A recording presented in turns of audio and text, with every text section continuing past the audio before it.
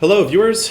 This is Little Beep, Aaron Gertler, Little Beep being the Magic Arena name, of course, and I am here to show you Blue-Green Theft, the mass manipulation deck. Some of you may have seen it featured on Reddit or streamed last standard season. I am here to tell you that, to my own surprise, the deck is still good. How good is the deck, you might wonder? Well, the deck is good enough that it's taken me, a player with moderate skill at best, to #1 in constructed Mythic. I've now been here for 4 days. It feels really weird. I did not expect to be the top standard player on Magic Arena for any number of days, but this deck, it turns out, is just really, really powerful. I'll tell you a little bit about it before I play some games and kind of show you how it runs. So one thing I should note is that the deck is very much a work in progress. I am testing a lot of different things, especially in the sideboard, before the Mythic Championship qualifier on Arena in 2 weeks, which I'll be playing in. And but yeah, the basic core of the deck has kind of stayed the same for a couple of months now. You've got a bevy of ramp creatures here. Your curve is a little bit weird. You kind of start with a bunch of 1 and 2 drops that make mana.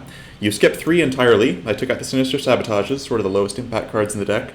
Just play more big stuff. Your 4 drops, which you're hoping to play on turn 3 basically every game, are Frilled Mystic and Chemist's Insight. They are both 2-for-1s. They are good in different matchups. Well, Frilled Mystic is pretty much good in every matchup. This may, in fact, be the best card in the deck, just in terms of how frequently it comes down and how difficult it is to play around. Chemist's Insight good mostly in the control mid-range matchups. It's really nice to be able to hold up this and Frilled Mystic at the same time, so it's kind of a damned if you do, damned if you don't for your opponents. Meanwhile, you can also be holding up Incubation Druid, one of the other best cards in the deck, to just threaten to adapt it and drop a 6/6 Krasis or a Mass Manipulation for 2 as early as turn 5.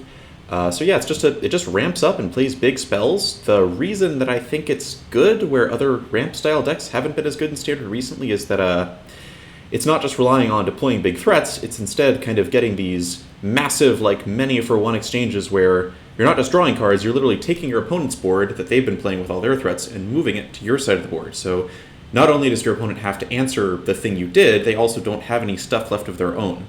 And being able to relieve all your opponent's pressure on you at the same time as you get a lot of pressure, it's really good. I feel like I'm using a lot of words to explain that this effect is great. It is great. Mass Manipulation. Super powerful card. Hydroid Krasis, of course. Also good. This deck casts the biggest Hydroid Krasis of any deck in the format. It goes a little bigger even than Gates now, and that's largely because of Nissa, who shakes the world. This is the biggest War of the Spark edition. This card is really, really good. Just if you untap with it, you're going to be able to make 10 mana or so pretty much every time. It attacks Planeswalkers really well. It defends itself pretty well. It's just really hard for a deck to kind of leave it untouched. Vivian, still 1 copy in here. Vivian is still good. I played this card before Where the Spark came out. But Vivian can miss. Vivian can deliver you sort of not a lot of advantage over turns. Nissa just kind of super consistent in the way it just grinds you closer and closer to inevitable victory. Anyway, a little bit of a word on the sideboard. So we've got 4 Negate, which come in against Control, Dex, and Nexus.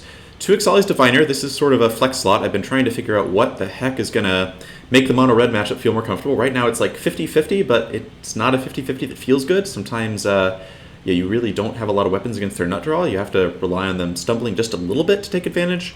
In the one match I've brought it in for so far, Ixali's Diviner felt pretty good. It's certainly cheap, which is really important, because you got plenty of expensive stuff to play against the red decks. We also got 4 Thrashing Brononum, which are great against red, great against White Weenie, great against Nexus. This is my favorite sideboard card. It just does a lot of things that you want to be doing. Biogenic Ooze, not sure about this. It's not really much better than Nissa most of the time. It's a little bit better against aggro decks because it's 2 blockers right away. They can't just attack it to death like they can with Nissa. It's like, a flex slot. You kind of bring it in. It has an impact on the board. It has a bigger impact if your opponent doesn't respond to it immediately. It's fine. This has been like Carnage Tyrant in the past. I've tried Nezahal. I've thought about Commence the Endgame. This is sort of like a slot for like another big thing to bring in matchups where you don't have the time to muck around with Chemist's Insight, which is mostly aggro, can be some of the more mid-rangey matchups too, where you just really want to be getting on the board.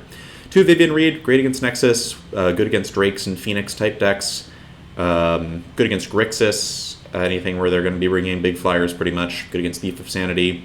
and just a good card against the control decks generally to grind out a long-term advantage. And then the last Entrancing Melody, I can't bring myself to play 4 because it feels like about a third of the decks in the format don't have any creatures in them. But against any deck that does have creatures, this is one of your best cards, and there need to be 4 in here somewhere because it's Blue-Green Theft. Anyway, let's move to the gameplay here. So far I have about a 75% win rate in Mythic with this deck over something like 70 matches, which, again, sounds absurd to me. It sounds unrepresentative, but we are number 1, and we've, in fact, lost a couple of matches at some points while being number 1 and remain number 1. So I've accrued a pretty high rating here. Let's run through some matches and see if we can actually succeed on video. It's possible the deck will now look terrible and I'll be very embarrassed, but I'm just going to show you whatever happens. So at the very least, you can kind of see how the deck works, both when it's doing well and perhaps when it's doing badly.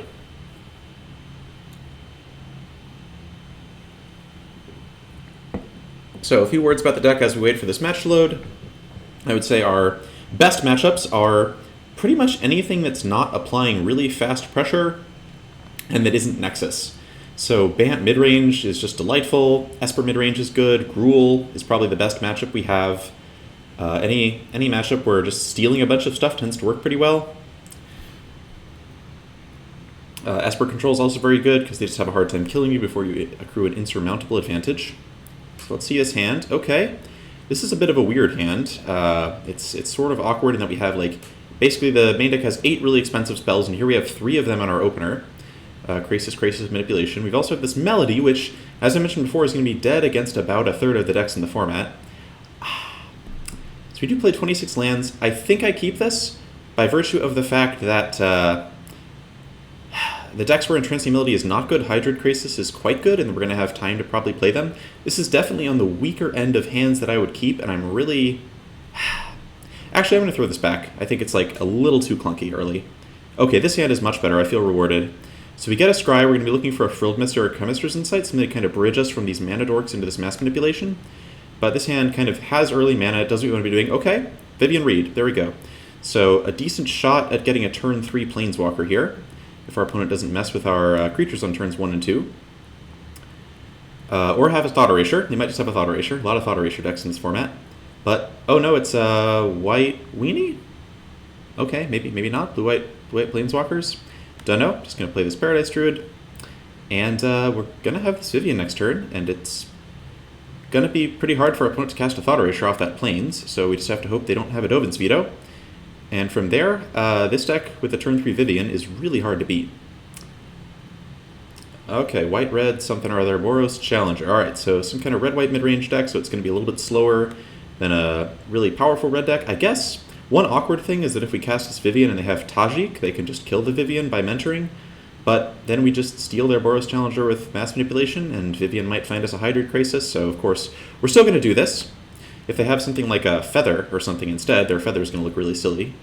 Oh, look, a Hydroid Krasis. Okay, so yeah, this is why we still keep Vivian around. She's a little bit like a Tameo that just finds Hydroid Krasis and also kills artifacts and enchantments and flyers. It's pretty good. I thought about Tameo in the deck, but I think Tameo having just no option to add to the board whatsoever and missing a lot more often than Vivian is pretty bad. Okay, so 10th District Legionnaire. So this is a Feather deck. This is going to be interesting. They're going to be really weak to Mass Manipulation, but if they can do something like looping copies of, what do you call it? What's the card? Looping copies of Reckless Rage, that would be really bad. Okay, so they got off to a quick start here. They're going to be able to kill Vivian, so the question is, do we kill... Okay, so we drew an untapped land, which is really good because it lets us cast one of these 6 drops. Mass Manipulation can be very good later, so I'm just going to play the Hydroid Krasis. We're going to use this to try and get a couple more land drops going and bridge to like a Mass Manipulation for 2 in a couple of turns. And since we are sitting here at 20 life still, feeling pretty good about the odds of that working out. Okay, Paradise Druid's really good, so this basically means we're guaranteed to steal 2 creatures in 2 turns unless something really weird happens. Since they don't have a Feather and they can't recur all the removal, feeling pretty good about this.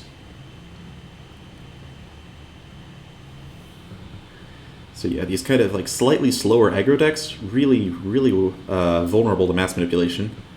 In fact, if we draw another mana creature next turn, we still have, between Growth Spile, Paradise Root, Incubation, Druid, and Nether Elves, we have 10 of those left in the deck at this point. We're actually going to be in phenomenal shape, and here we definitely just block they're going to have a combat trick, but if we don't block, they're going to just add more creatures to the board or something like that. We're just going to make them use their mana, make them trade. Basically, this Krasis was sort of a 3-for-2, I guess. They do draw a card off the Defiant Strike. Actually, they're probably going to play another combat trick here, right? Yeah. So note how they're just making this really big creature for us to take, which is very kind of them. I appreciate that. Something else to note is that maybe like a Feather might still be able to pull them out of the game. Feather's kind of a ridiculous card even after we steal some stuff. So something to watch out for. We've now lost Vivian, so we're going to have a hard time answering Feather easily. Okay, so they have the Sheltering Light. They just spent a bunch of mana and cards like punching through this Hydroid Krasis, and they're probably feeling pretty good about that. But you'll see how this goes. Are they going to kill a Mana Dork? They have a Reckless Rage here? Okay, they have a Reckless Rage. Paradise Druid goes down. That doesn't really matter. We still have Mass Manipulation for 2 the turn after this turn. Depending on what we draw, we might even Mass Manipulate the Legionnaire right now. It is a 6/6. Huh. Let's see. I don't remember what they've been scrying. I've been kind of talking to y'all, so I haven't been paying much attention to that. You know what? I'm going to hope they don't kill an elf this turn. I'm going to let them hit me for a bunch of damage. They can't kill me, right? At 20 life? Pretty sure we're not going to die. They only have 1 red mana out. I'm going to try playing this nice Hexproof Paradise Druid and getting Mass Manipulation off for 2 next turn. I actually have only played against 1 Feather deck before, and against that, in that time I just drew a lot of Entrancing Melodies and the game was over really fast, so I'm not sure what the capabilities are. Oh, Gideon Blackblade. Okay, that's beautiful. Now they are in a lot of trouble. A lot of trouble here. They're giving this thing Vigilance? Oh, they're giving this creature Vigilance, which means I now get to take it and hit them with it the same turn. So what do we steal with this Mass Manipulation? I think I just take both the creatures and kill Gideon, because this Legionnaire conveniently has haste. Yeah, would rather just not leave them with any kind of board at all. Yoink. Goodbye, Gideon. Okay, so whatever they have left in their hand has better be pretty good, especially because I have this Frilled Mystic. They're dead to damage in 2 turns, based on this board. So what are they going to have? Feather could still be dangerous, but I'm at a healthy life total. Nope. Okay, they're just done. Cool. All right, that was very classic. That is how we want our games to go. All right, so Boros Heroic, sort of. This is interesting. So we always bring out Chemist's Insight in this kind of matchup. We just don't have time for that. We'd rather be playing to the board. Always bring in the Entrancing Melody. Vivian does come out against red decks and white decks because they generally don't have many targets for her. But against this particular red-white deck that plays a bunch of Feather, do we want Vivian Reed? She can kill Feather. I think she's still a little too slow. It's kind of tempting to... The problem is their creatures get very big. It's like Thrashing Bronton comes in against red and white because it can kind of block their creatures really well. But here what's going to happen is Thrashing Bronton is going to trade for like a Sheltering Light or something like that, which is less good. Then again, Biogenic Ooze, if just left by itself, we can just kind of make a lot of tokens and still swarm them pretty hard. So I think I'm going to remove... Ixali's Diviner is a speed bump here, which is still fine. She can still explore us to find more copies of these cards that we like. Alright, I'm going to bring in 2 Biogenic Ooze, and they don't really have enchantments that I know of, which makes Thrashing Bronton seem even a little bit less appealing.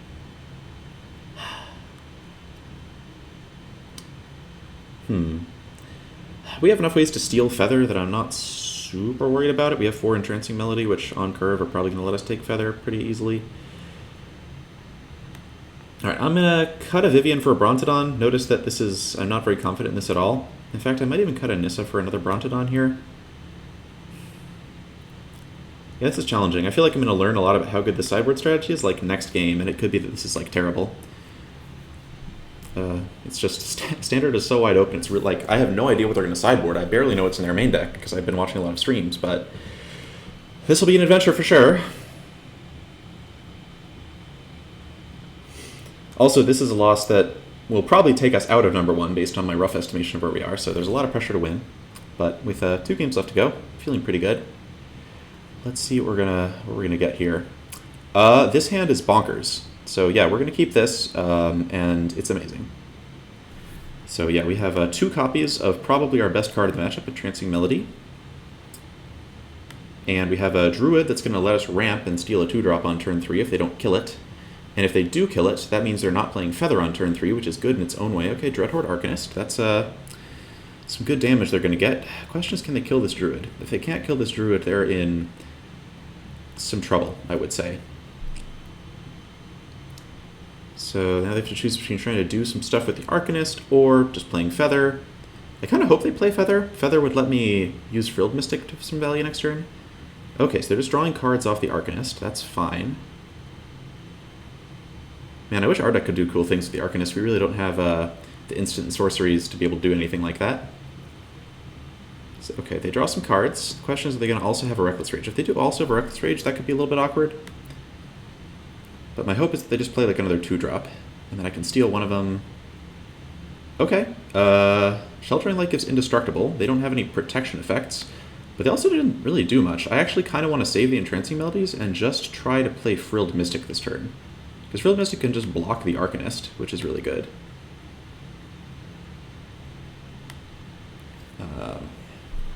If they have like a removal spell, we can just counter it anyway and still threaten to block the Arcanist, so I feel okay about just leaving him here. This 1/3 by itself is not that powerful. Feather! Okay, so now we have the choice of whether we steal her or counter her. We're just going to counter her. Keep it simple. Arena bugging out a little bit, but here we go. Oh, okay. Opponent has had enough. Round 1, everybody. It's, I don't think we get too many wins off of Frustration that would have been, like, losses. Like, I think that game with the double Entrancing Melody Crisis was not going to be super close, but you do get some Frustration losses, so if that's your thing, this deck can deliver. Alright, let's run it out another round, see if maybe we run into something that's a little more Tier 1. Because believe me, we have good matchups against Tier 1 decks. That is one of the reasons that we are ranked number 1 at the moment. But yeah, see what happens. Yeah, something else to note is that it might seem like Little Teferi is very good against this deck, because we have a bunch of Frilled Mystics and Chemist's Insights and a bunch of Mana Dorks that it can bounce, but Little Tef actually, I think, helps this deck just about as much as it hurts it, because he's partially responsible for the lack of counterspells in the format, and counterspells are the best way to answer mass manipulation. Having fewer counterspells is quite good for this deck. Alright, so now we're up against higher ranked player, number 140 it looks like, and this hand is excellent, so we're going to keep it. So one thing to note about this deck is that it's totally fine just to play a Hydrocrisis as a 2/2 that draws you a card on turn 3. I just call those Bridge Crises, or Baby Crisis, whatever you want to call it. That's like a perfectly playable Magic card. A 2/2 flyer that draws you a card on turn 3 is fine. I wonder where we're up against. Alright, so Islands could mean anything from Mono Blue to Phoenix. Probably Mono Blue or Phoenix, actually. There aren't too many other decks playing basic Islands right now. Against both of those, I really like my matchup. You might be surprised that Mono Blue is a good matchup, but it turns out that playing a lot of Hydroid Crisis and Entrancing Melody actually works pretty well against them. You just get such a mana advantage, and you punish them for not really having a clock. Okay, so this is, blue-white control, maybe with some Planeswalkers? I don't know. So this is definitely, we just play Crisis here. If we had a Frilled Mystic or a Chemist's Insight, we'd hold that up instead. But I have a feeling that this deck might be playing a bunch of 3-mana walkers. Those are pretty popular nowadays, and so it's good just to have 2 creatures on the board. It's kind of a cardinal rule of standard. One nice thing about Crisis is it's very, very nice to get it bounced by Baby Tef. You don't really mind that at all. Let's see what they're going to do. Is it going to be Narset, Dovin? Alright, Sacred Foundry. It's pretty interesting. So now we have the choice of whether we try and run out this Nissa. They could have a Dovin's Veto, but I think we just do it. It's like, we don't want to just do nothing this turn. We don't have a Frilled Mystic or a Chemist's Insight to hold up instead. And a lot of these decks do not play main deck. Ooh, Spell Pierce. Okay, so is this the John Rolfe deck? I think someone has been talking about a deck that plays a bunch of Planeswalkers and also Spell Pierce, also Sweepers. So let's see if we get Solar Blazed or Clarion into this turn. So that was interesting. I have not yet learned to expect Spell Pierce. So they seem to be deciding whether they want to sweep the board here. Nope, they're just going to kill my 2/2 Crisis. Okay. I'll take my 2-for-1s then. Is this an expansion? Ooh, okay. Huh, maybe this is just Jeskai, weird Jeskai control? Like Ral expansion combo? I am puzzled and perplexed at the same time, but this is fine. So, alright, Llanowar Elves, a little bit of a limp draw here, so we haven't gotten much going since the opening hand, but we do have Mass Manipulation, so if they try to cast Teferi, we're going to be able to punish them very badly. We can even Mass Manipulate through Spell Pierce next turn. And if they just sweep the board or something, we can kind of wait patiently. We kind of have their first Planeswalker type threat taken care of. Oh, look, it's Sarkhan. I wonder if Sarkhan's going to make a token. Oh, look, Sarkhan made a token. Well then, what are we going to do about that? Note how we could just play Vivien here and kill the token, but I think I'd rather just Mass Manipulate. Just get this down while they don't have any mana up to counter it. It's actually kind of tough, but I think I'm feeling pretty confident about this play. So yoink. Yoink. Alright, so now if they have a sweeper, they can kind of sweep the board, but then we play Vivien. So if they have like sweeper and a Spell Pierce and something that can come in and deal with Sarkhan, they're in good shape. But boy, that Mass Manipulation... So they had like a 2-for-1 Planeswalker, which meant that Mass Manipulation was just a 4-for-1. We took their 2 and gave ourselves 2. They're dead in 2 turns to attacks. Okay, John Rolfe, Sarkhan, Jeskai, Planeswalker Control. What are you going to do now?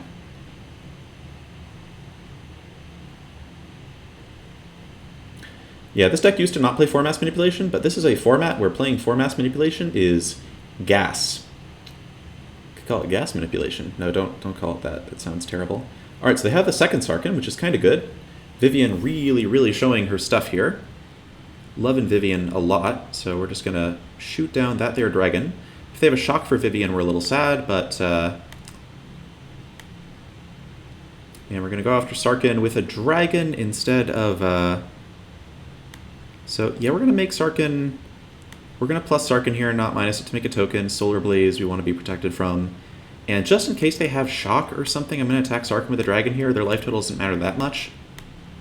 Now, I just want to make sure the board stays clear. So even if they have Solar Blaze, Vivien lives and Sarkhan lives. So we're in great shape anyway. Man, that trigger always scares me, even when I know they have no dragons. It always scares me. Okay.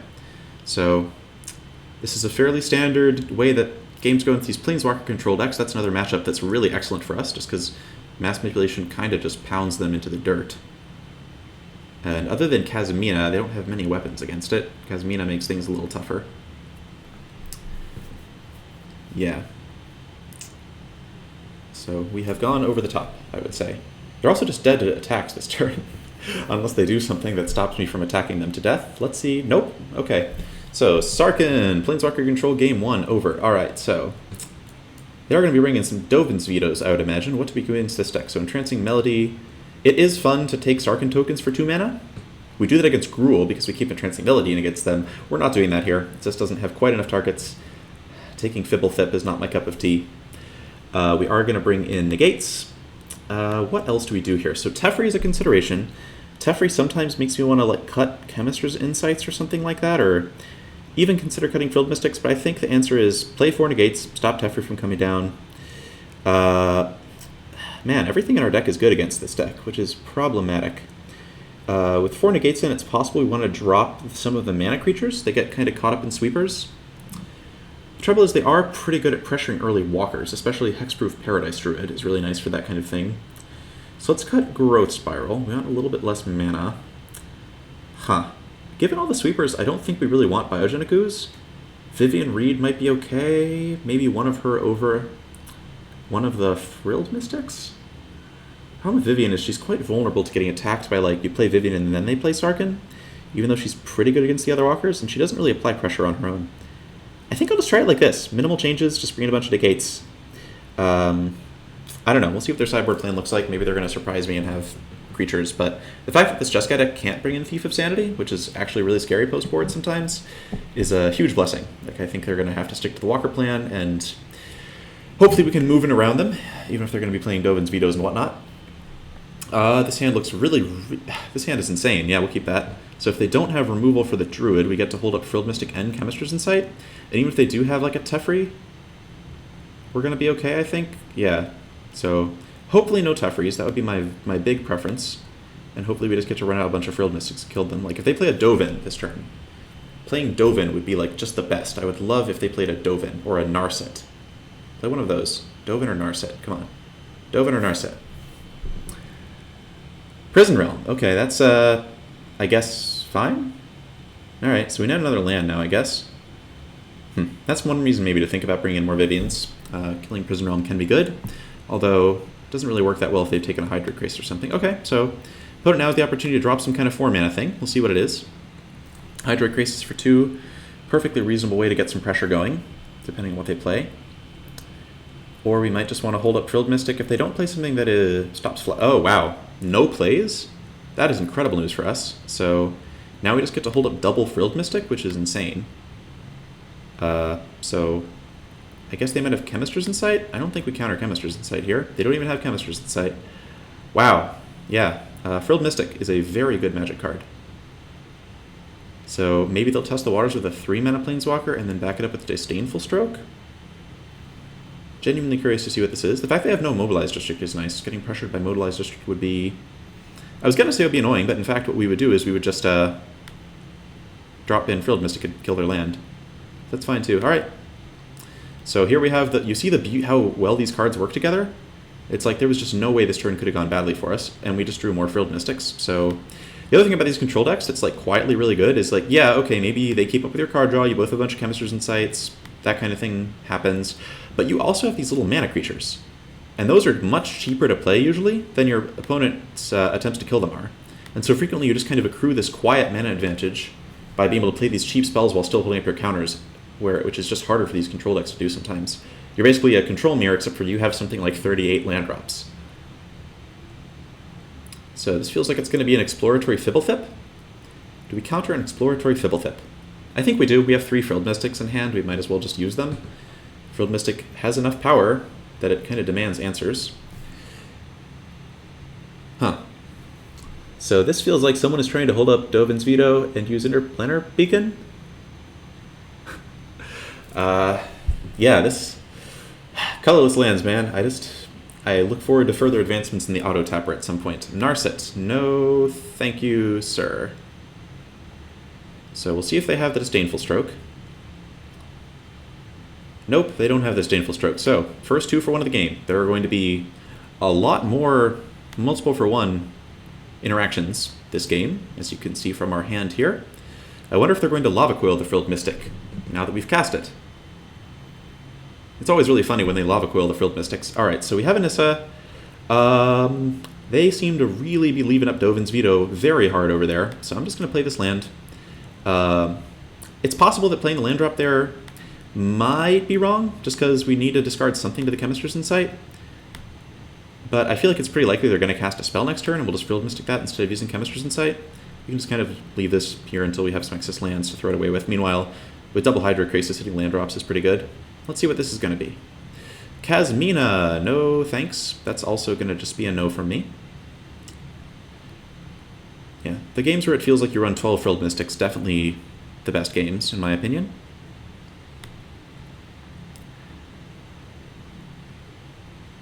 So they are getting some minutes into life, but Frilled Mystics are dealing incidental damage, as I like to say. Huh. So now I'm getting to the point where I kind of just want to play Krasis, because even if they sweep, we're going to be way ahead on lands and stuff. So I think I'm going to go Krasis for 5, try and hit a land drop. We still are not quite... If we had a negate, Veto would still stop us from playing Nissa, so I digress. I'm just going to attack here, see what they do. They're definitely not going to kill these instant speeds because they do have Resolving Anissa. So here's where I just run out Krasis. If they have Solar Blaze, so be it. They won't be able to play anything too scary. So if they go Solar Blaze plus a 3-mana walker, we just Nissa and kill the 3-mana walker, which is a good exchange for us. Look, we hit land drops. This is why you play 26 lands. I have sometimes played 27, and I'm still not sure that's wrong. Just hitting land drops every turn is incredible for so many of these grindy matchups. So, no, we have 7 lands in the battlefield, 5 cards in hand. Our opponent has 6 lands in the battlefield, 5 cards in hand. We went second in this game. Yeah, this is just how it sometimes feels against control. Like you're just sort of doing 2-for-1s every turn until the game ends, which is kind of like a description of what every deck in Standard is trying to do. But for some reason, it just works better here. Something like interacting on the stack and having cards that draw cards even if they get countered, like Hydroid Krasis. Okay. So Fibblethip is just guaranteeing that we're not going to face both a Solar Blaze and a 3-mana walker this turn. What could this be? Teferi, Cleansing Nova? Bring it on.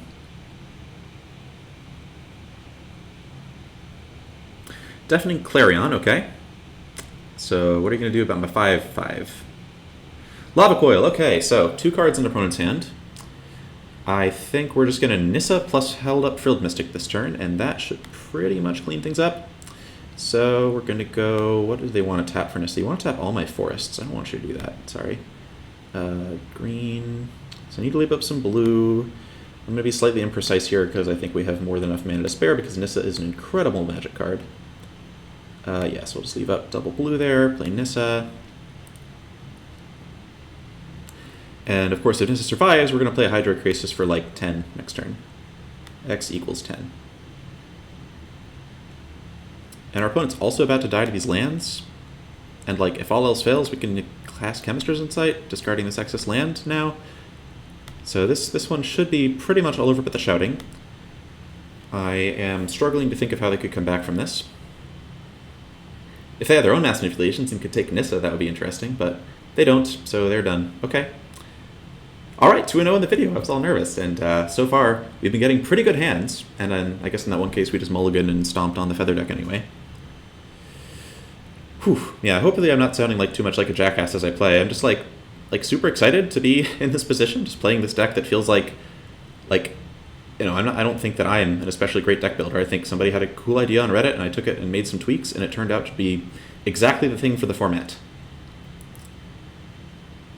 So let's probably run through like maybe 2 more matches here. We'll kind of see how they go, how long they take, if we're getting like a good cross-section of the format.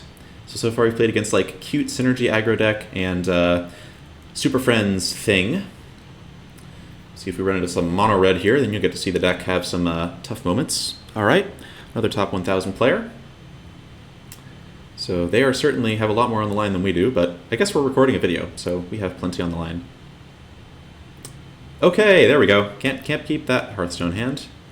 Wow. This hand is also very bad, but I think this deck does not go to 5 on the play very well, unfortunately. I think we're going to keep it, see if we can scry into a land.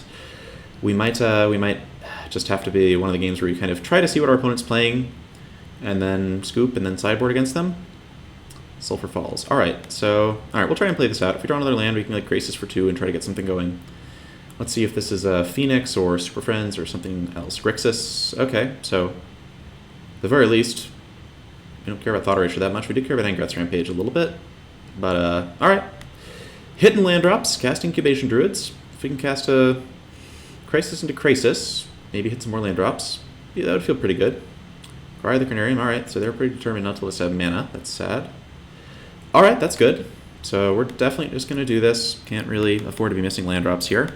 If they play a Nicol Bolas, we're going to be in trouble. But okay, this Entrancing Melody is pretty easy to discard, thankfully, because their creatures tend to be hard to do much against with that. Alright, so we're going to drop the Entrancing Melody. So if we hit some land drops, if we can maybe, like, I don't know, steal a Bolas, okay.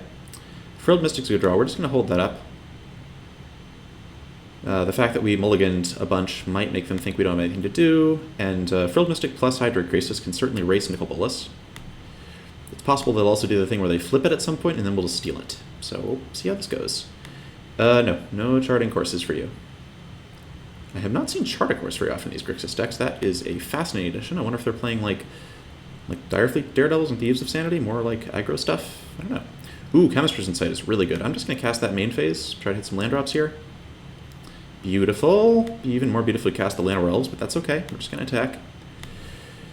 So my real hope is that we draw a land somewhere in the next couple turns, maybe helped along by Chemist's Insight, and then they try to flip Nicol Bolas, and we just kill them. The Kefnet on the field maybe makes it less likely they're going to try that, but if we draw a land, we can... Okay, Nissa's actually really good. Nissa... what does Nicol Bolas do again? Nissa... So this can kill Nissa. I'm going to see if we can maybe tempt them into doing that. Hydrocrisis being able to block here is pretty nice. So we're going to go Nissa. We're going to hope they don't have another Cry of the Carnarium 2 here, by the way. That would be really bad. We're going to go Nissa, untap the Harbor, but you kind of have to just go a little bit all in. Cast Llanowar Elves, so we're just going to throw a bunch of stuff on the table, hope they don't have Ritual of Soot, hope they don't have Cry of the Carnarium, see if they... Because we got a big mass manipulation up here, whether or not they flip the Nick. So if they don't have a counter or a Thought Erasure, and they kind of just do some stuff this turn, maybe clean up the board a little bit, there's a chance we can like steal Kefnet and or Nicol Bolas. But it's not... Okay, enter the God Eternals. So that's a card that notably Entrancing Melody is very good against. They mill a couple Nicol Bolases, which is uninformative. Nissa dies, which is sad. They got to 6 mana. What are we going to do this turn? Llanowar Elves again. Huh. So options include use Chemister's Insight, try and hit land drops, and go Mass Manip for 2 next turn. That's one option. We're at 13, so we're not going to die to their attacks next turn no matter what. Another option, so we could try casting Hydrocrisis as a 4/4. What am I saying? I'm going to cast Hydrocrisis at 4/4. That kind of forces them to tap out, deal with a threat. There's a decent chance we can draw a land off this. If we draw a land that can cast Llanowar Elves, so much the better. And this also just, you know, holds them off of attacks, gains me some life. It's like a nice play all around. Alright, so a little sad there. We did not draw any lands, which means that Mass Manipulation for 1 is going to be all we have. But hopefully they just flip Nicol Bolas, and then Mass Manipulation for 1 is just very good. They're probably just going to kill this Hydrocrisis and attack me for 12, and then I'm going to be in a lot of trouble. Just, if we'd had like 1, 2 more land drops this game would have been great, but sometimes you get Hearthstone hands. The good news is they might kill us without ever thought erasing us and seeing Mass Manipulation. It's always nice when that can be a surprise for game 2. If you're going to lose game 1, you might as well do it in style while hiding information. Kefnet Zombie. Okay. So certainly blocking the zombie. Can't really afford to take too much damage here as we're trying to hit land drops frantically and not die. Please just play a land and flip this Nicol Bolas over. It's so fun to do that. Yes! Okay. Okay. Okay.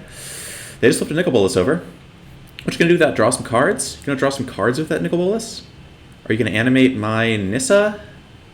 Oh, you're going to animate your own Nicol Bolas. Okay, that's cute. I guess I'll discard this Paradise Druid.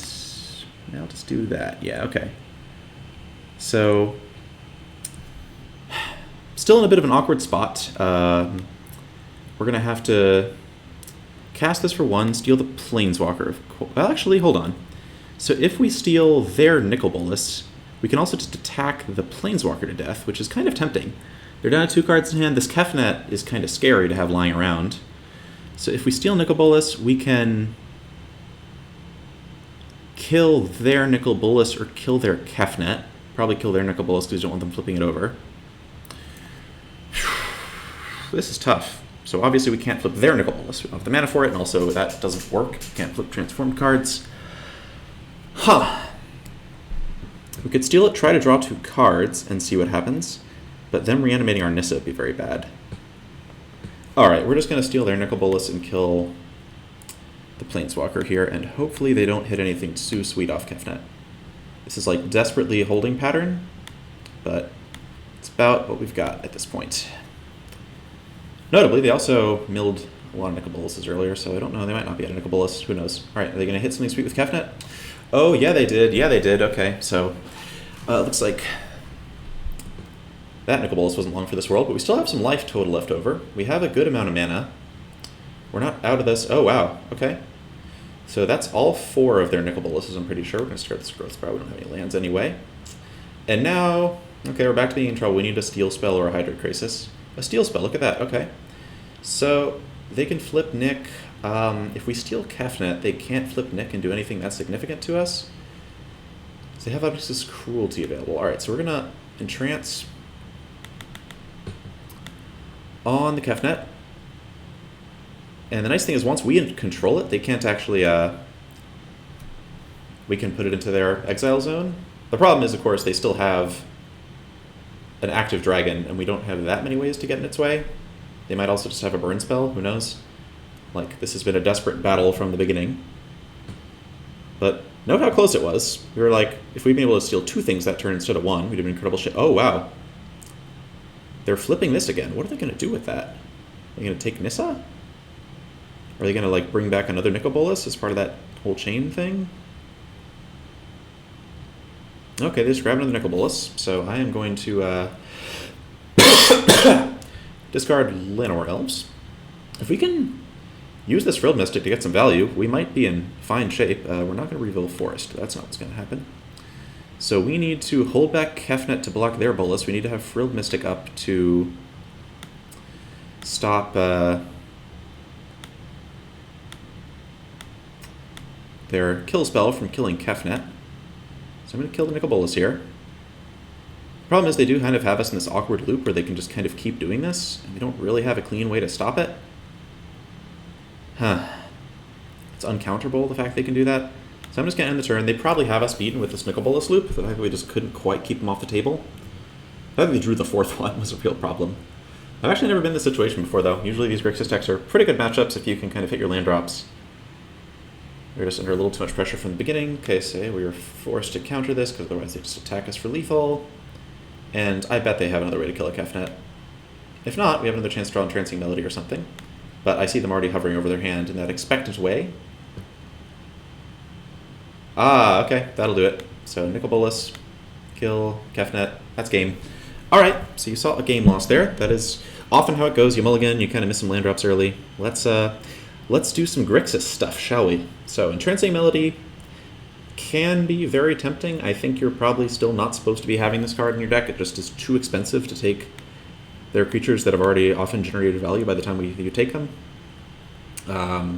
We definitely like Vivian Reed quite a bit here. Vivian Reed kills all that stuff that we were seeing from them. Negates are... it's uncertain. So for Esper Control, you take out Llanowar Elves, because you just need higher impact cards, and these die to Kaya. So this Grixis deck is not running Kaya. It is running Cry of the Carnarium, which makes me interested in playing maybe fewer mana creatures overall. So one of their options is to take out some Paradise Druids and put in Negates. It's tricky. Biogenic Ooze is also an option. Okay, I think we're going to keep in Llanowar Elves, try and get a little more speed, and Llanowar Elves and Paradise Druid all die to the Sweepers anyway. And if they're trading 1-for-1 with your like Mana Dorks early on with their removal, that's also totally fine. You don't mind that so much. And Paradise Druid versus Incubation Druid is tough. Paradise Druid actually lives through some stuff. Incubation Druid can adapt on a key turn, though. Sometimes they will just let the Druids adapt, which is great. Alright, we're going to cut 2 Druids, I think. Bring in 2 Negates. Do we want the last Vivian? Do we want... we have a lot of flyers and removal spells that kind of stop Nissa. Maybe cut a Nissa. Add a Vivian. Add a Negate. Add a Biogenic Ooze. Huh, this is messy. I don't know about the sideboard plan, but again, we're experimenting. I'm just trying to like move impressionistically against what I think they might be doing. Let's see if we can get a good Thought Erasure proof hand here. So my hope is that they keep some like awkward removal spells against us, because they seemed good that game. Like if an opponent like is winning the first game and like is doing all the things their deck is supposed to do, sometimes they'll feel great and they won't sideboard correctly. Huh, I guess I keep this. This is not Thought Erasure proof in that it has 1 business spell, but it's got mana, and it does have a business spell. So it's kind of hard for us not to keep it. We might be able to just like adapt an early Druid. Okay, that's definitely helpful. I like it when we can draw the second copy of the thing we really like. So we get to threaten to adapt Incubation Druid next turn. I guess they're going to Thought Erasure, take one of these Mass Manipulations. I think we just adapt the Druid now, unless we get something else good to do. Like, my hope is we draw a Planeswalker. That would be beautiful. Look at that! Okay, well, we mulliganed a bunch and had some poor luck the first game, but now we get to do this, so I'm feeling pretty great. If they have Ritual of Soot, that's definitely a thing to watch out for. Ritual of Soot versus Nissa is not much fun, but the opponent getting their head kicked in by animated lands every turn, also not much fun. There's some argument for maybe animating the forest there. There's sort of this challenge between do you keep mana around or do you keep islands around, because Mass Manipulation is quadruple blue, which is a real demand. But feeling okay here. Alright, so they're going to cast down this island. Can't do anything about that, but I'm just going to keep throwing lands at their face and see how that feels. So Nissa gets to enable cool turns like this. I'm going to play this Breeding Pool. The life total doesn't matter. I'm just going to play blue sources as I draw them, just in case. So now I get to go bloop, bloop, bloop. Animate Incubation Druid. Adapt Incubation Druid, sorry. Plus up on a land, hit the opponent for 7, putting them to actual dead next turn. So we'll see if they have Ritual of Soot. If they have Ritual of Soot, we're probably still in some trouble. But we're going to do our best anyway. Crunch, crunch, crunch.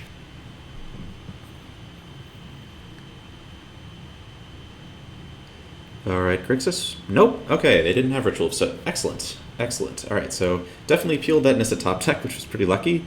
It's funny because we boarded out some Nissas there. Maybe Nissa's just great. I don't know. Probably not that good. Alright, so on the draw, does anything change much? Don't think so. Yeah, the negate thing's always tricky because so many of their best spells are just creatures, but Nicol Bolas by itself is not that threatening to us. There used to be Crushing Canopies in the sideboard, and it was often really good to be able to kill Nick in response to a flip when they least expected it. That was fun.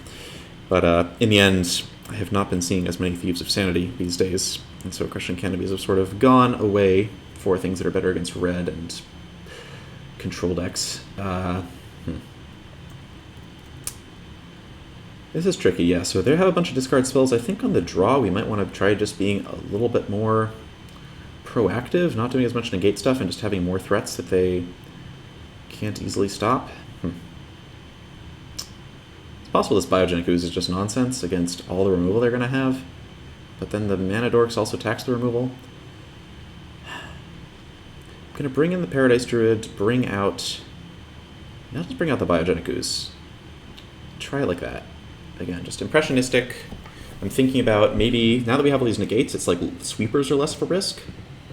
So maybe it's okay to have mana creatures, because it's still really good to be able to play big Hydro Crises. That's still kind of the fundamental unit of interaction you have against these control decks.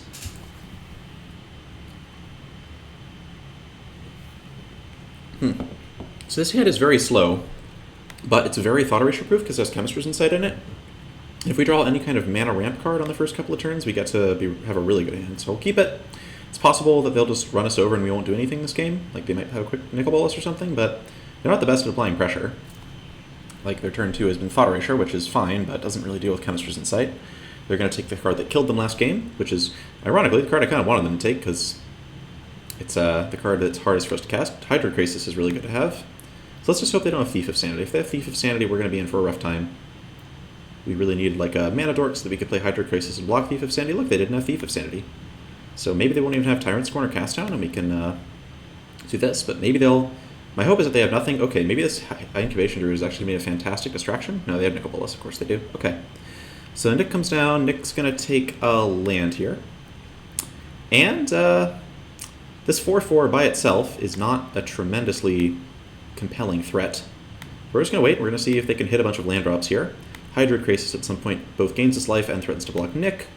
So this feels pretty even to me. It's like a pretty standard game that we play. If they try and play a spell this turn, we're going to Frilled Mystic it, but they know that because they know about Frilled Mystic, so they might not do anything, but then we'll just cast Chemist's Insight, so the usual story. And yeah, if they want to kill this Incubation Druid, that's okay. I'm just going to be casting Chemist's Insight. We're not going to try and adapt it because they surely have removal. Yep, there's the removal. Sure, whatever. So we'll get our 2-for-1. Notice also they missed a land drop, so this Nicol Bolas is not going to look like a big threat anytime soon. Okay, so now we get to play Forest into Llanowar Elves. So our goal is to make a Krasis that's bigger than Nicol Bolas right now. We're still holding up Frilled Mystic. All their spells are very expensive and they're missing land drops, so Frilled Mystic is going to be great against them. We have plenty of life to play around with because they're not really applying pressure other than with this Nicol Bolas. So the question is, do we cast Growth Spell or do we cast Chemist's Insight this coming turn? Cry of the Carnarian. Okay, so they gave us a Frilled Mystic target. Do I care about this Cry of the Carnarian? That's a question, all right. I think I actually will counter this. I think it's nice to be able to get a Frilled Mystic clock going, and then if I play Hydrocrisis, I'd like it to not die to Enter the God Pharaohs. They haven't showed a 5th land, but they will get one at some point. So let's say they have a Planeswalker or something. Let's say they're going to play Nicol Bolas Dragon God next turn if I play this Frilled Mystic. The fact that I'm going to have a Hydrocrisis on the field means that Nicol Bolas can't really protect itself. Wow, okay. Maybe our opponent got bored, or maybe they just got frustrated knowing they were getting Frilled Mystic, or I don't know, but we won. I felt pretty good about that game. That's the kind of game where like you Hydrocrisis and you draw a Mass Manipulation or the Hydrocrisis and win, but sure. Sorry if I was slow playing you a little too much their opponent. I did have like 3 different spells I could have cast, so I hope you understand.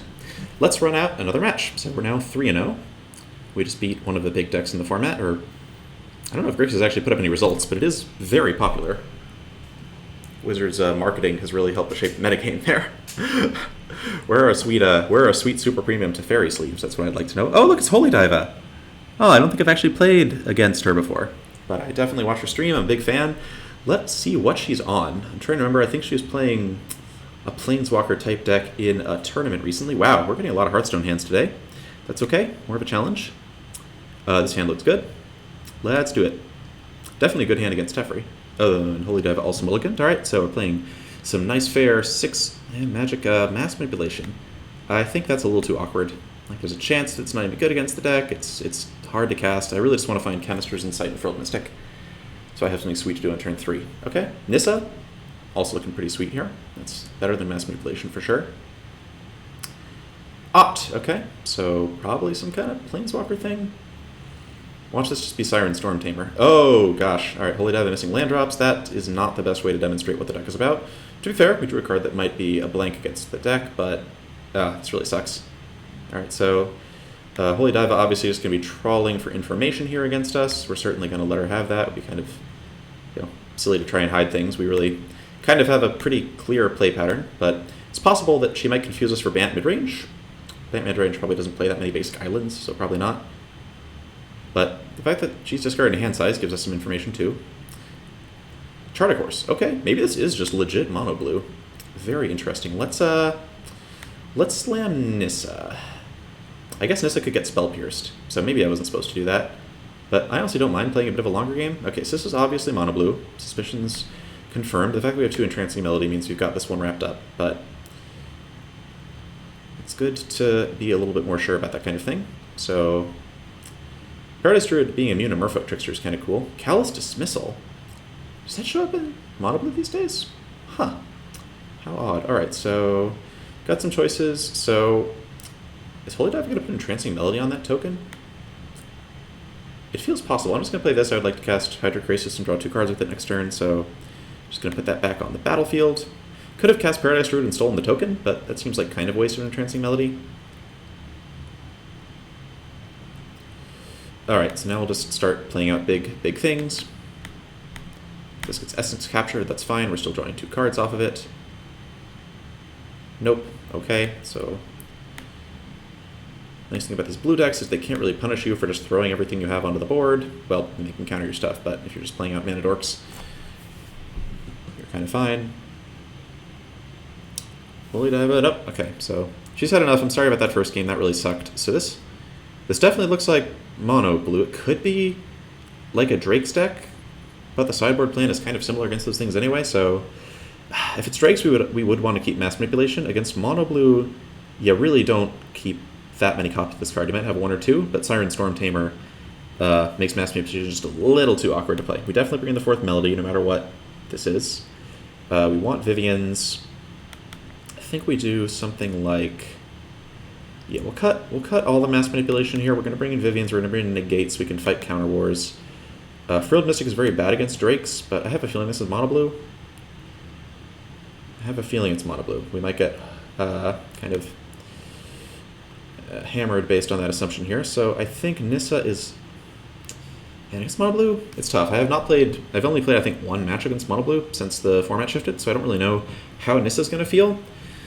She's kind of vulnerable to Tempest Djinn, but if they don't have a Tempest Djinn, she's actually pretty hard to kill, and the fact that she doubles your mana is really good. Huh. I want to bring in, I think, 2 Negates, so I think I'll do that and cut out...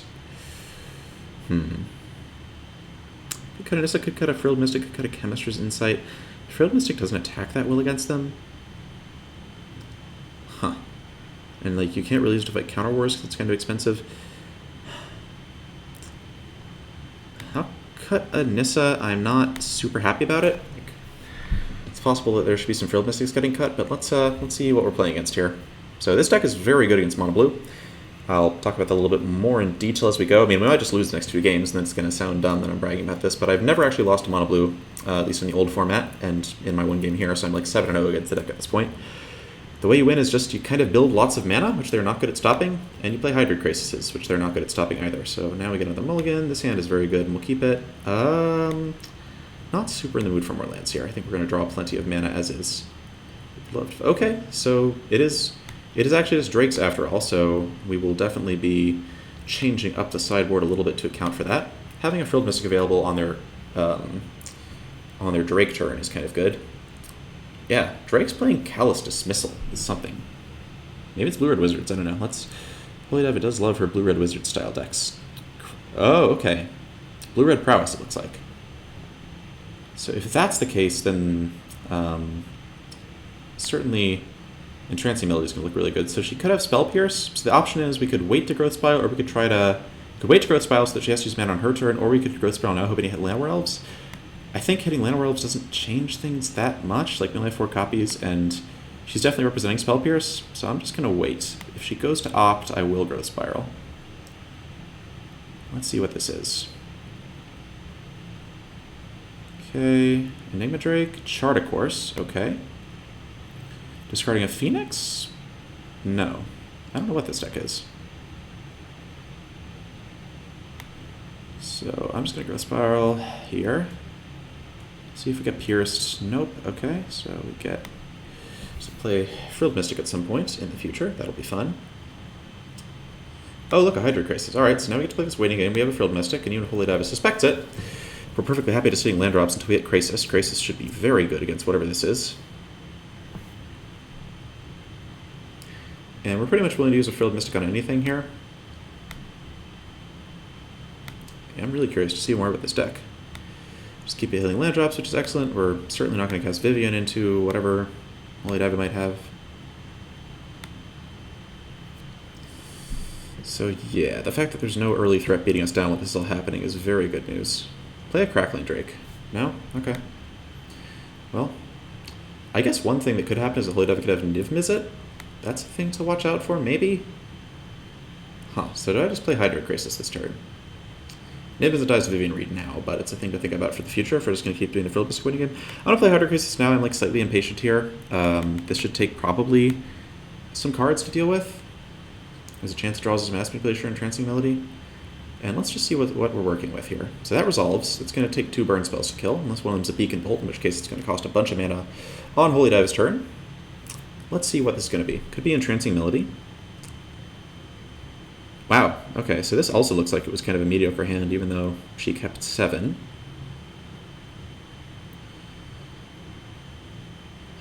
What's it going to be? Wow, okay, we're bouncing Hydroid Crisis today. That's rarely a good sign. That is rarely a good sign. Huh. So now I have Vivian Reed with Negate backup. So I may just do that instead. So Niv Mizzet backed up by Dive Down is the thing that scares me now. Let's try and Vivian. We can pay for Spell Pierce. We can negate or something like that. Or it just resolves. That's fine too. So what I guess might happen is she might go like invade the city, kill Vivian. I could see that happening. What do I take? I have 2 Hydroid Crisis already. I don't really want another one. I could either take a land drop or I could take a Llanowar Elves or something. I'm going to take Paradise Druid. Not going to cast it this turn, but I like the idea of being able to slowly build up mana by having these mana creatures. And of course, Holy Dive will be suspicious since I didn't actually play the Druid, but that's fine.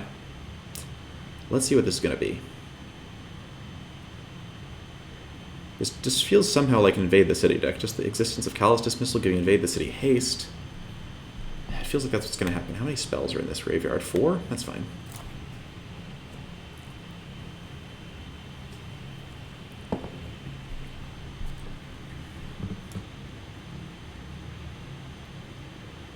Shock me.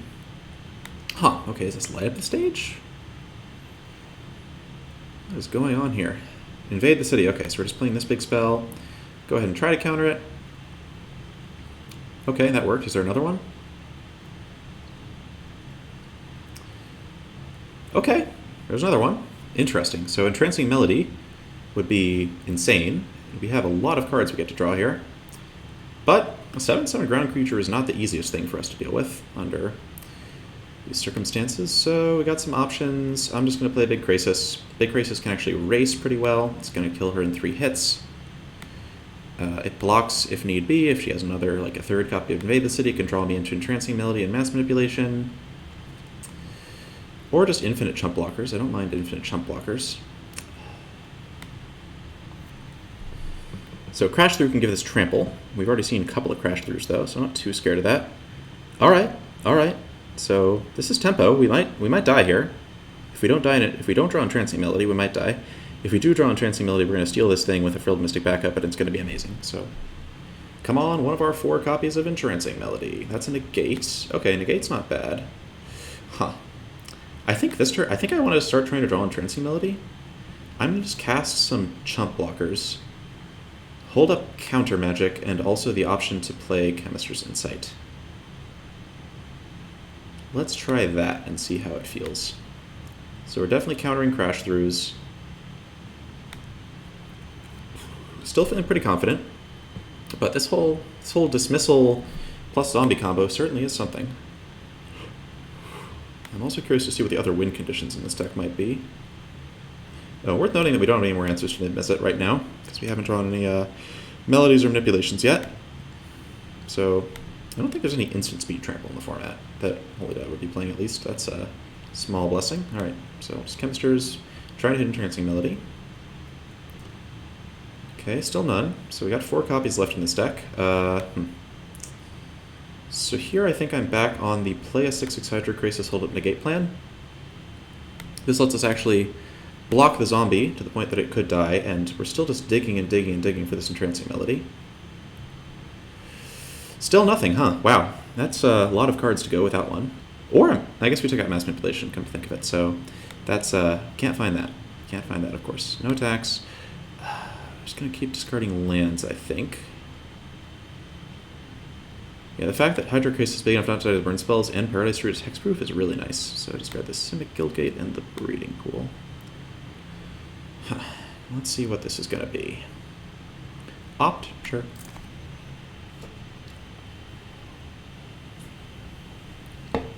We're keeping Vivian because it could be that she's also playing like Crackling Drakes or something, and it would be nice to have Vivian to take care of those.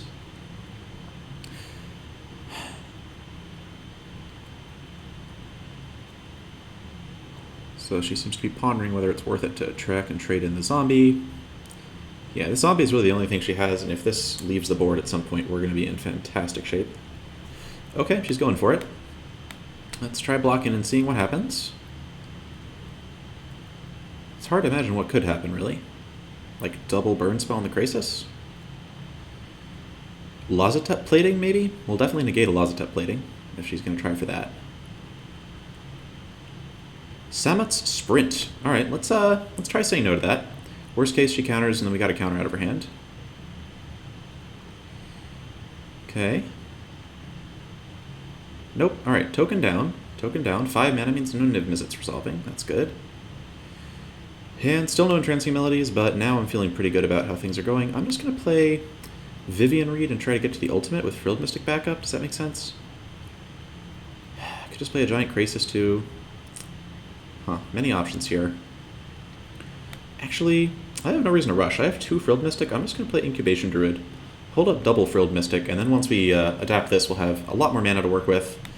Like, at this point is the stage of the game where the only way we lose is like some kind of a really unpredictable combination of nonsense happening. And the best antidote to unpredictable combinations of nonsense is build up your mana and hold up your counter spells. So this Incubation Druid might get killed, but we do have the ability to adapt it, hold up Frilled Mystic at this point. Notice how I've been just hitting land drops this whole time casually. Because 26 lands is a good number of lands. I'm trying to think if there's a way that she can kill us without using creatures. That would be interesting to figure out. We got a Shock here. Okay, we got a Wizard's Lightning. Huh, Wizard's Lightning. Does that imply that she plays Wizards? It may imply that she plays Wizards, okay. I wonder what the Wizards are. So now we find out a clock, which is cool. We got a million cards, which is cool. Well, let's go for Vivian. I think at least we'll be able to figure out where all our Entrancing Melodies are. There's one of them. Okay, so I'll take the last Hydro Crisis just to kind of prove a point. Play the Paradise Druid, hold up a Frilled Mystic, start attacking. Yeah, so this game was weird, but it does demonstrate kind of what the Drake's games can be like. They sort of rely on having like 1 or 2 big threats, and often you can just trade with those threats using Vivian or Hydroid Crisis or something like that. Narset. I'm not going to waste a Frilled Mystic on Narset. We can just attack her to death, and I'd rather just counter whatever she finds, just in case there's something scary in that hand. I don't know. I'm also just genuinely curious to see what this deck is about. I guess technically if she can find Invade the City and resolve it, nope, another Narset. Okay. Huh, it's a little bit like the Hydro Crisis. Oh, Role Reversal. Okay, that's cute. That's cute. Not resolving, but it's definitely cute. Okay. Alright, so... Turns out when you have like 12 mana at a full grip, many things are within your command. Alright, so we're going to try one more match. So this has certainly been an odd series thus far.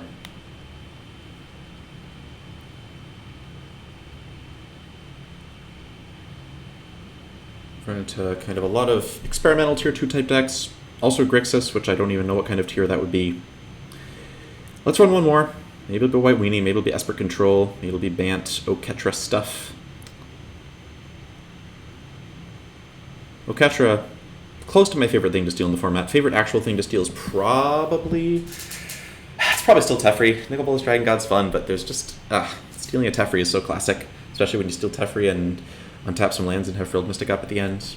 Delicious. Okay. One more match here. See if we can go for this 5-0 sweep with this deck. See if we can get a real hand of cards. Okay, this hand is very good. One of the better hands we've had today. Got some lands, got some spells. There are a lot of decks that just basically lose to this hand. If they can't counter or discard Mass Manipulation and you just cast it on them, that's game over, because we're going to draw more mana here. But we'll see what happens. Teferi Avatar means that maybe they're going to be Thought Erasuring us.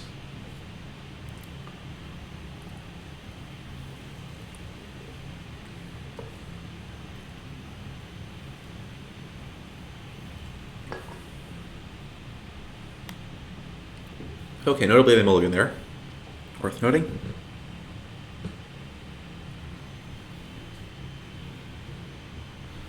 Alright, Hallowed Fountains. Woo, Hallowed Fountains. Alright, so... Gonna cast the Druid here. Paradise Druid being hexproof is cool and all, but it's very likely they're just gonna Thought Erasure, and Incubation Druid is the best mana creature you can have on the board against control decks, because it applies a lot of pressure by threatening to adapt.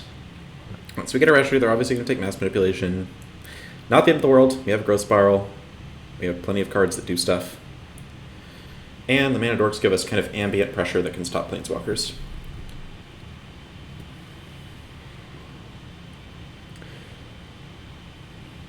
It'll also be interesting if they don't take Mass Manipulation. They might be expecting to be able to counter it later, but it does take a long time for these decks to be able to cast a Teferi and hold up protection against Mass Manipulation with it.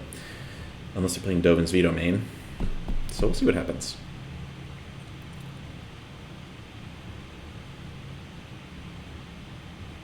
What is their hand? Okay, so they take the card that does something. And... Oh, okay, it's Esper Hero. Cool. That's good to know. So let's Growth Spiral here. See if we hit anything. Okay, Frilled Mystic is cool. Gonna play Breeding Pool out, tapped. So this... So they might have Thief of Sanity next turn, which would be kind of sad, but... Frilled Mystic being a surprise is nice. If they have Teferi Time Raveler, that's not gonna live.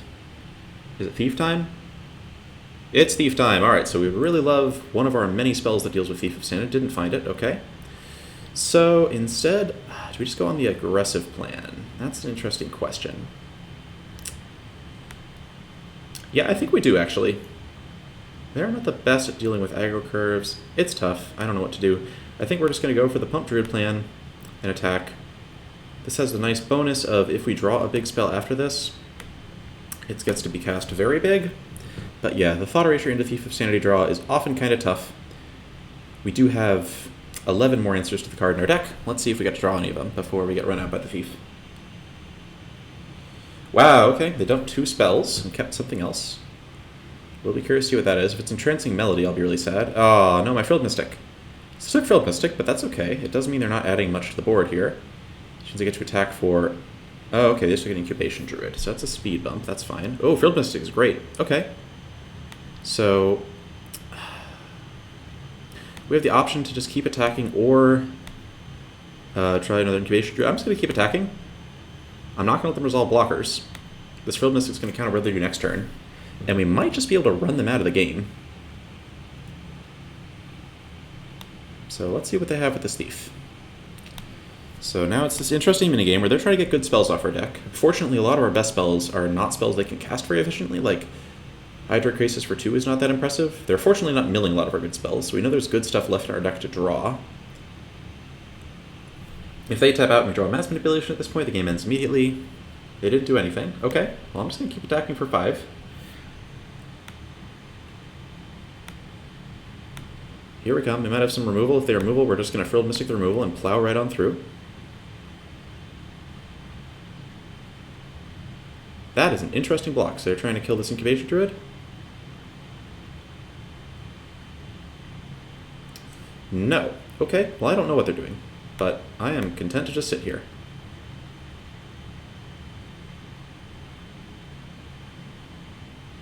So this is the point where if they play Krasis for 4, they can just survive us countering it and hitting them back, but then we just have a ton of power on the field at that point, so that would be pretty good.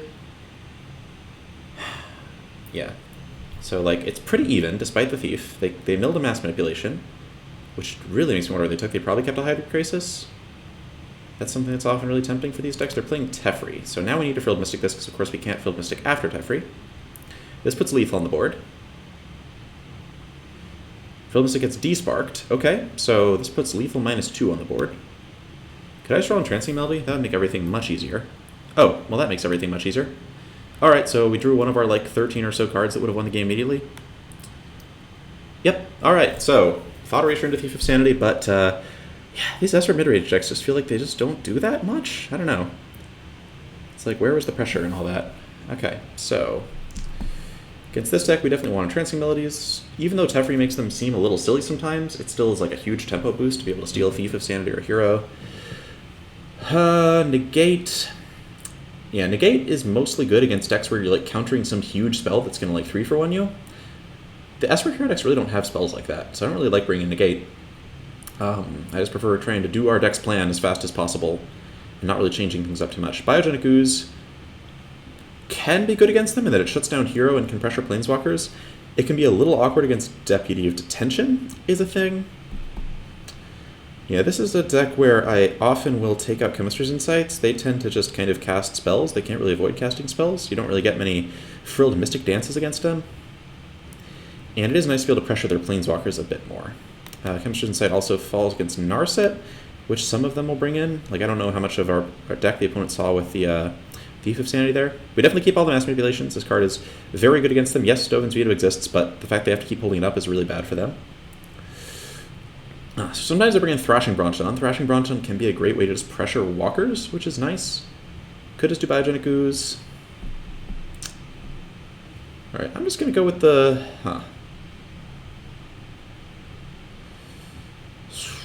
Nissa is a little awkward against D-Spark specifically. I'm going to go with the Biogenic Ooze plan. Going to keep one Vivian. I don't think I'm going to do Brontodons this time. We'll see what happens. Yeah, so it's just this metagame is weird. These Esper decks are just so similar. But it's often just really hard to tell what you're supposed to bring in against them. Like, it's hard to have a concrete plan. Are they going to be loading up on even more 3-mana walkers? Are they going to be kind of doubling down on Thief of Sanity plans? Yeah, this hand is pretty close to everything I want. Having a Steel spell in here would be great. But, oh, look at that. Look at that. Okay, so... fun fact, if they were a Llanowar deck here, we could be playing Breeding Pool into Llanowar and then threatening to steal their Llanowar with Entrancing Melody turn 2, but... Ooh, we're not getting... we're getting Heroed, we're not getting Thought Erasure. That's cool. Okay. So Hero does present a clock, and as such is a little awkward. What's good is that we can steal it next turn, if they don't do anything else. If they cast, like, Teferi, that's actually a really good tempo and will be sad, but let's see what happens. Like, they might have the good start that runs the side of the game. What's it going to be here, opponent? Note that if we were on the play, we would have had a Frilled Mystic for whatever this was. Okay, they're going to Thief. So that's cool. I might get to steal that next turn. Meanwhile, I think the play is just holding up Frilled Mystic. Definitely awkward. We're definitely like taking a bunch of damage and feeling a little sad about it, but there's a chance they'll just like play into it anyway. Yeah, like we need to get some 2-for-1s to get back in this. Entrancing Melody is a good 2-for-1. Note they've got a 2/2 Hydroid Krasis. We would have cast the 2/2 Hydroid Krasis, forced them to play a removal spell if they wanted to attack with Thief, and then stolen the Thief the next turn without them ever, where they were tapped out. So that could have been cool. But now I'd say we're definitely behind. Yeah, games like this sometimes make me wish I had Crushing Canopies back in over something. I don't know what that would be. And yeah, here I'm just going to cast Field Mystic. It's a 3-2. It blocks hero. Can't afford to just do nothing with your mana in a lot of these games. Okay. So now I will attack with Frilled Mystic. Do I attack with Frilled Mystic? Probably not. I'm at 11. Alright, let's try Entrancing and see what happens. If they don't counter this, then we're in good shape. If they do counter this, I might just concede, because it's kind of going to be hard to play it out from here. But this will be informative. Okay, we took Thief. That's cool. It's a good start. Are they going to kill their own Thief immediately? Oh, they're going to kill my Frilled Mystic. That's fun. Okay, so they maybe have Teferi to bounce their Thief? Yeah, if they Teferi bounce the Thief, then that's going to be a little too much. Yeah, that's a lot of offense. So if we draw a Biogenic Ooze, that would be really good. Nissa could maybe help too. See what we find. But we might just be playing game 3 on the play here. Thud, thud. Okay, so we just drew nothing, and we're going to scoop here. I think we're just under a little too much pressure to come back at that point. So yeah, so drew no spells of any import except for the one Entrancing Melody that game. It was a little slow. It could be that Thief is important enough that we just do want Vivian Reed. The problem is Vivian Reed not defending herself is really awkward against hero. Huh. Huh, huh, huh, huh.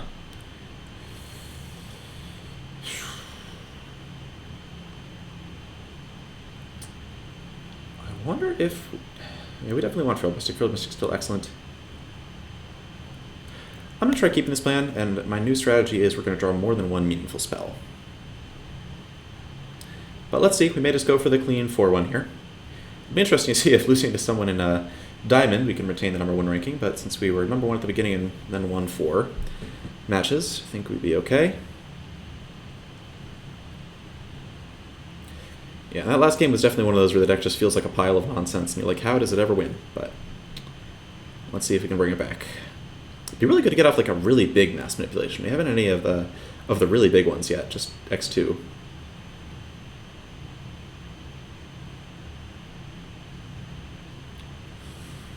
Well, definitely spending some hardcore sideboarding time here.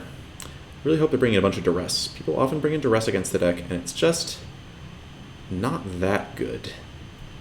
Like, getting Mass Manipulation is great, yeah, but the fact that you're like using cards from your hand that don't add to the board and not stopping Hydroid Krasis is generally a boon for us.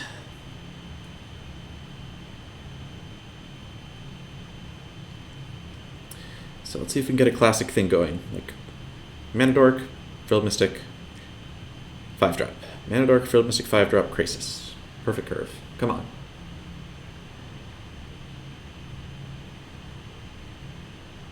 Alright, Ortex. Let's dance.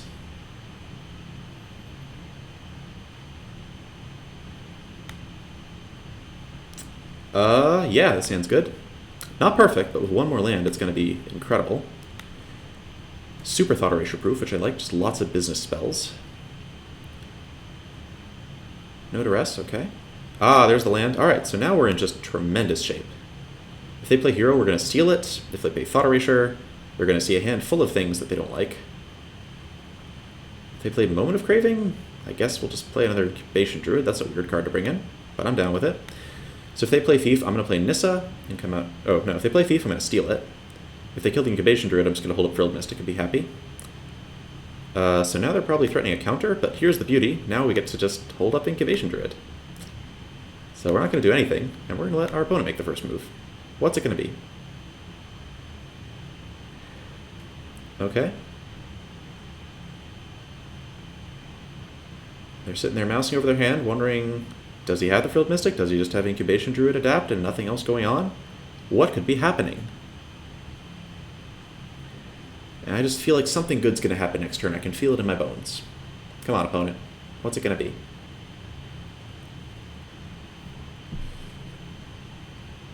Moment of Craving. Yeah, that... Killing the Dorks is really tempting. Like, it's generally good to bolt the bird, but we just have so many lands that it's not that productive. Like, the way to beat this deck is to get on board and exploit the fact that we have a hard time answering boards early in the game, or when you have counter magic backup. Alright, they're not doing anything, so we're going to try adapting the Druid. If they mortify it, they don't have any mana left for counters. If they have another moment of craving, that's fine. Oh, wow. They had nothing. Okay. So now we're just going to repeat the same thing that just happened, except for that exactly... So now I think we just attack. You're probably not going to be able to answer this. Okay. Attack. Wow, they just did nothing that entire turn cycle, and I added like several mana to the board, and a 3/5. And now I get to cast Nissa with counter backup, although maybe I don't even want to, frankly. Oh, another Nissa. Okay. That makes Nissa with counter backup much more tempting. Let's do that. Okay, so tapping carefully. We're going to go tap, green, blue, blue, Nissa. She gets Dovin's vetoed, that's fine, we still have Frilled Mystic up. She got Dovin's vetoed, that's fine, we still have Frilled Mystic up. Next, next.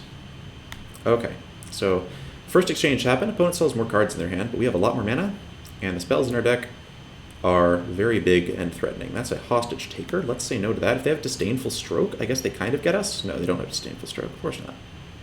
Now they don't even have Dovin's veto mana up anymore. They might have a negate for Nissa. But now I have 6 power on the battlefield, so I'm kind of comfortable just running her out and seeing what happens. Oh, she resolved. Great. Okay. So now I have 9 power, and then we've got lethal damage next turn. They might have Time Wipe, I guess? Time Wipe would be something, alright. Should probably just play out this land. Not really any reason not to. They could Liliana. That wouldn't really do anything. Yeah.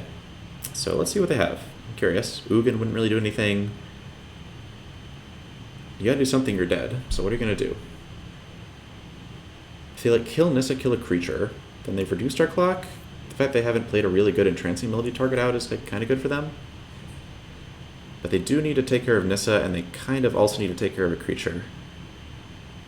And that only sort of stabilizes them until the point that I draw a Hydroid Crisis or a Biogenic Ooze.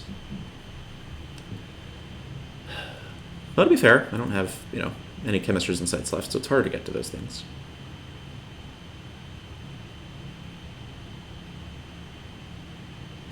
Okay, they have a lot of options they seem to be mulling over. What's it going to be?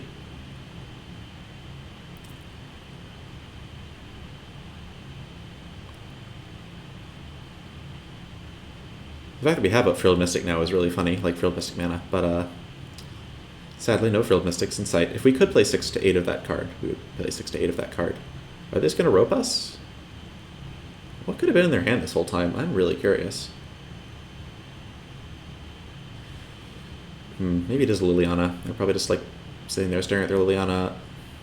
They can't know that Liliana would be useless here, right? At least she blocks and like stalls for a bit. Okay, Hostage Taker is pretty good. That's pretty good. Look at that. That's not bad at all. I mean, it doesn't block 3/3 lands very well, but it's a thing. Okay, so now I have a decision to make. Do I just steal back my Incubation Druid? I think I do, actually. I think I just... It's basically just another 3-power creature that I get to make. So we're going to go... Don't even know if we need to do this land untapped thing. Let's do this. Take... Give me that back, please. Thank you.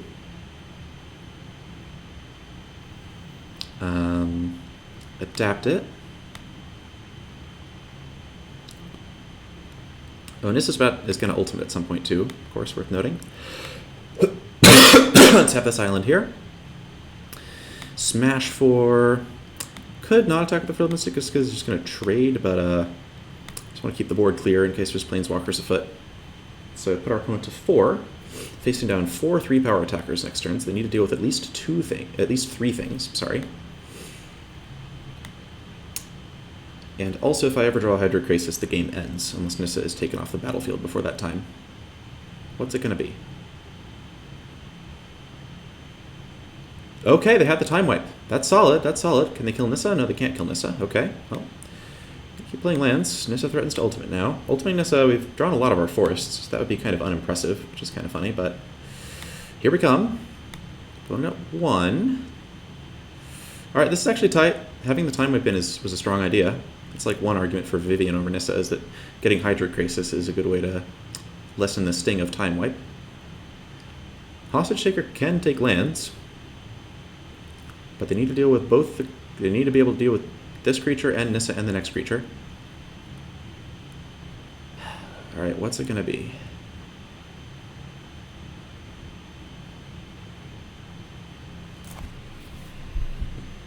Yeah, the time up was solid.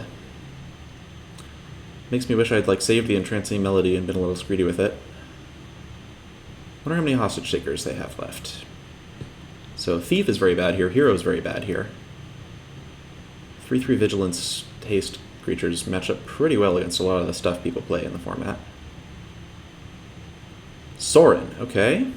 Ah, Sorin getting back hostage taker is cute. Does kill Sorin to do that. Or Sorin, like... Okay, so Sorin's going to get back hostage taker. Hostage taker's going to disappear my land, sure. Let's see what we draw. So this means that Entrancing Melody is lethal. Incubation Druid's not bad at all. Let's go for that.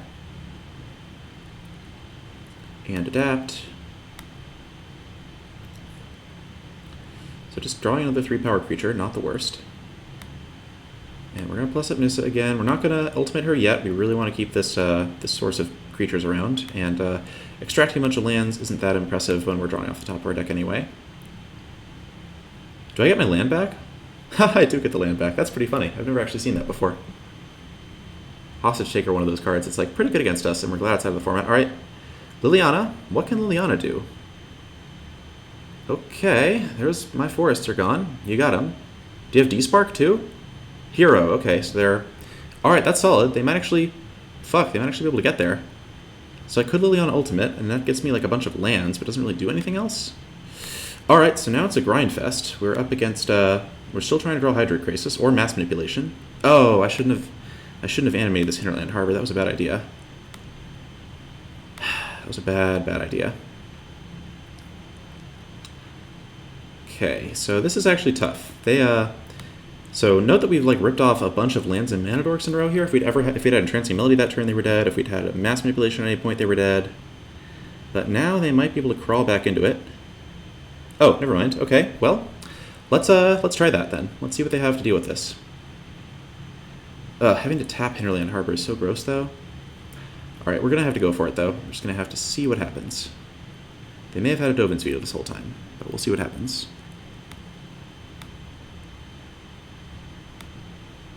You and you, please? Is this gonna work?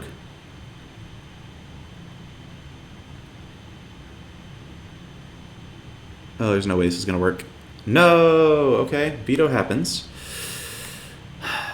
But they don't seem to have removal, so I'm still gonna have an extra 3/3 here.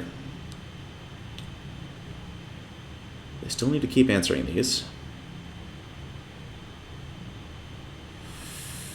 Oh, this is really tight. This is really tight. So that was a good draw. They did have an answer. Can I just get a Hydroid Crisis? Moment of Craving on the land. Alright, that's strong. That's strong. They're not going to be able to kill Nissa that way, but it is strong. So now we're like digging frantically to find a Hydroid Crisis. We've got 4 in our deck. I'm on the verge of wanting to do Nissa Ultimate, just to see if I can thin a little bit, but not there yet. If they can remove Nissa, we're in a lot of trouble. We've got 3 Mass Manipulation left. Yeah, this is tough. Yeah, I haven't really lost to Esper Hero from this spot before, but they had just enough stuff to keep it going. And yeah, it's possibly Entrancing Melody was really greedy there. I just wanted to give him no time, but Liliana is definitely the kind of threat with the zombie tokens that you have to be aware of.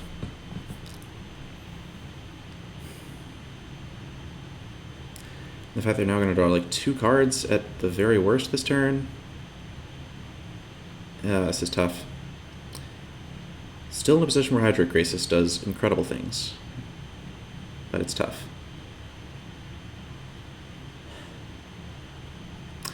Although an indestructible land might be kind of tough for them to deal with. Maybe I do just Ultimate this next turn. See what we draw, see what they do. Sorry, this has kind of been a long game. Our opponent is really making a meal out of it over there.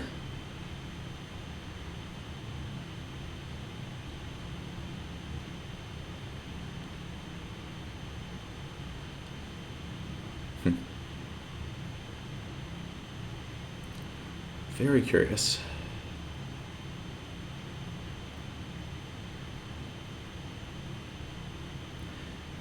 Yeah, I wonder, did I throw away an island before? I probably should have. It's probably I should have been animated more forests. It would have been nice if I'd been able to attack with the Hinterland Harbor instead of tapping it to cast Mass Manipulation that turn. In fact, that might have been lethal. Hinterland Harbor again. Ugh. Alright, let's, Liliana being able to sacrifice is so painful, too. Okay, I think I'm gonna go for this. We're gonna try the emblem. They can't actually kill Nissa with just the zombies here, and if they can't kill an indestructible land, the emblem means that I now get to make 3/3 indestructibles every turn, which even Liliana should have trouble dealing with. It's possible they're just going to kill my land in response, and they were trying to bait this out, and if so, well played. Well played.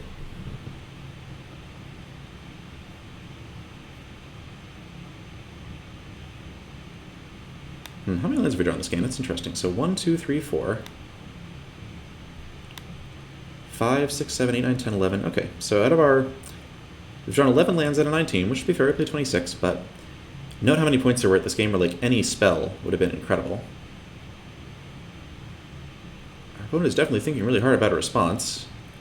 Maybe they're just, like, away from their computer? I don't know what's going on. Alright, so we got our emblem. We're going to get 5 lands out of the deck, which is not much, but it's something. There's a good chance if they have Teferi, we're in a lot of trouble, of course. But so now our deck's much thinner.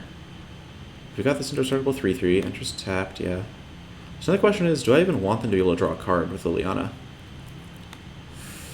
I think it's good to keep the zombie numbers down and try to protect Nissa, but it's tough. It's definitely tough. I'm not sure what the right answer. Oh, wow. Huh. Okay. Well, sorry guys, that was probably going to be a loss for me. But we did... I swear that doesn't happen very often. Now the rank feels very cheap. Geez, alright, so we'll call that like a 4 and 1, or like a 4.2 and 0.8, because I think we were going to lose that last game, but Hydra Crisis still was very good there. But yeah, we did win. We definitely won the other 4 matches fair and square.